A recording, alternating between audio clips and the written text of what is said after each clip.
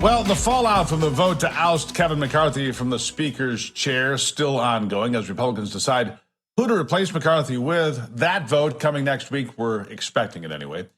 And Congressman Troy Nehls broke some news about it just last night, announcing that Donald Trump is endorsing Jim Jordan for Speaker of the House.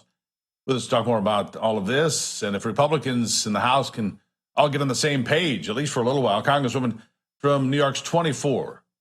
Claudia Tenney with me. Claudia, good to have you here. Thank you. Thank you. Great to be on.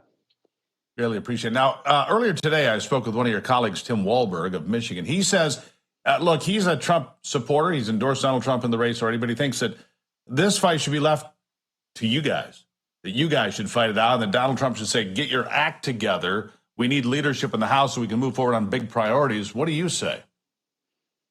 I agree with him, but I also think it's okay for the president to weigh in. Everybody's allowed to weigh in on politics. That's what we're in. So I think it's fine if the president weighs in. Obviously, he's got a strong alliance with Jim Jordan, but he also has a strong alliance with Steve Scalise. So, I think it's good that we're going to go through this process and we're going to do it the right way. And we're going to sit down and hear candidates through the candidate forum. And we have to show that we can stick together. As we were just talking about offset. I mean, look, Nancy Pelosi got those people to stick together no matter what. I think they'd vote for almost anything. And I don't know how she did it, but the Democrats understand something. They understand power and how important it is to have it. Well, I think you just nailed it. Republicans don't value it enough. That's how she did it.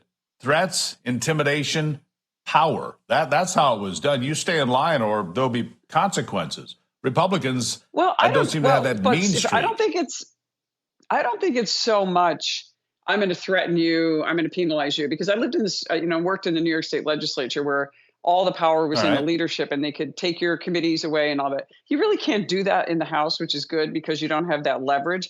But what I mean is that she said, you want to be in power, you want to be in the majority, you want to get the things you want, then you got to stick with the group. And I think that's what the new speaker needs to do. We need to stick together and show that we're solid and strong against the Senate and the administration. We have a 4-seat majority, including George Santos. I understand, but here's the challenge. If I may, Claudia, here's the challenge. You had 8 people defect and vote with all the Democrats to remove Kevin McCarthy, all right? You were not one of those 8. For whatever reason, that's not the point. But those 8, and I spoke with Andy Biggs here on this program just 2 days ago, and he said, I'm not going to endorse anybody because it would be the kiss of death, basically, because he says I'm being treated as a pariah at this point. Okay, that's what he said, and fine. But here's the point. Those 8 votes, no matter how you feel about them, they have to come back into the fold to support somebody, whether it's Jim Jordan or Steve Scalise, whoever gets the nod. You need those people back in the fold in order to overcome, because, like you said, it's a 4-seat majority. You have to have them back, don't you? You do, but here's the question. Do those people, now that Kevin McCarthy's out of the way, they've all stated and aired their grievances right down to the last minute when we were facing a government shutdown, which in this case was a bad thing. I cue to the most conservative member in the House, Tom Massey, who actually voted for Kevin and voted that we should not go into a shutdown because it was the worst case scenario. It's not like we have the presidency or even a slim majority in the Senate. Once you go into shutdown, and I've made this analogy, it is like deciding you're going to do a Chapter 7 on your business, and it's done. You're dissolved. It goes to the judge. The creditors take the scraps that are left, and you never have a chance to come back. I hated voting for a CR because we've got to get out of that. But part of the problem were those 8, or some of them, some for various reasons. And by the way, I think Matt Gaetz is a brilliant guy. I think Andy Biggs is a great guy. They're all good guys, but for whatever reason, they decided that it was time to get rid of Kevin. Okay, so that's over.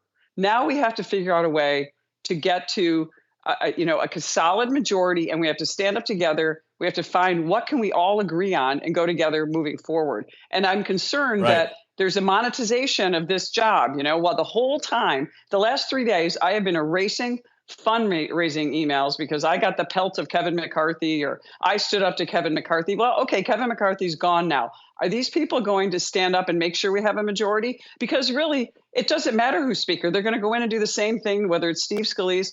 What are they going to say to Jim Jordan? I assume those 2 are going to be the finalists here, and one of them are going to be our next speaker. Who knows? But we'll see what happens with the fallout next week. Well, and I got one more question for you concerning Matt Gaetz, because it was a decision either you supported it completely or you did not. There's not a lot of middle ground here. And I say that beyond Washington, being around the country. But he's facing this ethics investigation.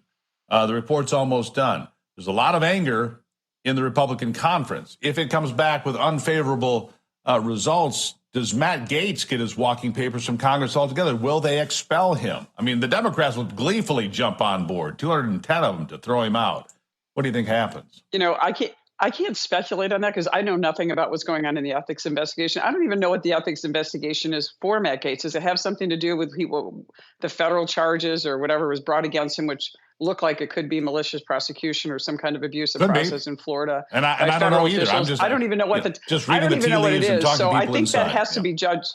Right. I think it has to be judged separately. I think those are things I don't know about. Those are kind of the rumors swirling around. I've never had that kind of experience with Matt Gaetz. I've always had a good relationship with him. So I don't agree with him on this particular thing, but look, I don't agree with all of my members all the time, and everybody has their reasons for doing what they did. But now we've got to move on. It's time to move on. No more grievances. No more, if only he did this and that, I would have done it. Now we have to vote as adults for what is important to the American people, and also we are all there is from having a complete disaster in this country, which we're seeing unfold before our eyes. We're all that's stopping, complete destruction. Yeah, I totally agree with you. It is time. You're right. That ship has sailed. Kevin McCarthy is gone. It's time to find common ground to get 200 and as many as Republicans can get. Hopefully 217. I think you need 217 right now with 433. But whichever it is, Claudia, we need to get it done. I greatly appreciate you being here. You've shed light from a different angle here today, and thank you so much for doing it. Thank you. Good to be on. Thank you. All right, after the break, part 2 of the interview that I did with Robert F. Kennedy Jr. Don't go anywhere. We'll have it here. Coming up next on America's Voice Live.